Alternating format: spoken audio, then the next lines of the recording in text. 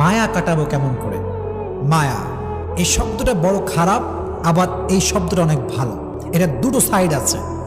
যখন আপনার একটা জিনিসের প্রতি মায়া লেগে যাবে, যদি এটা অতিরিক্ত পর্যায়ে হয়ে যায়, এক্সট্রিম লেভেলে চলে যায়, দ্যাট ইজ ভেরি ডেঞ্জারাস।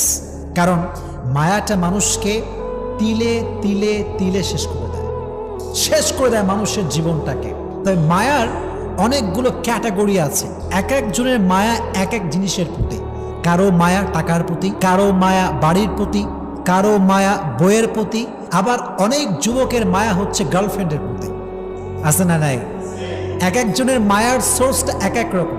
অনেক যুবক আমার মেসেজ দেয় যে হুজুর, হুজুর কি যে কষ্ট জীবনে, একজন মেয়েরে ভালোবাসলাম হুজুর, হাতে আমারে বাদ দিয়ে আরেকজন বিয়ে করে ফেলছে, জীবনে কষ্টের শেষ নাই।